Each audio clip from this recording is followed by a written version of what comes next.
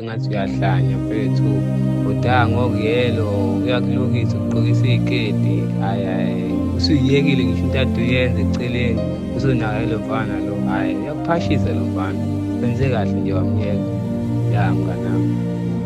Ya mfethu, hhayi ngiyayizwa into eshoyo mfethu, but hhayi nami mfethu benginokunothisa nje izinto engingazenzela iy'ponzayo mfethu nayo bona.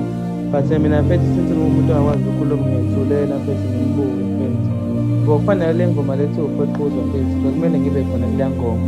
But mfethu uyayifakela inuka mfethu, but manje mese i-perform ze-professional kufanele mina ngisiyoyo yabo. But ngiyambona ukuthi okay, angifuni kahle. So kahle kahle nje mfethu, kahle nami kahle into engiyibonayo kahle into yami naye ayizisebenzise yabo. Ekugcineni kahle sizohlukana yabo. So ngiyabona ukuthi kahle kahle mfethu uyanginyuza yabo.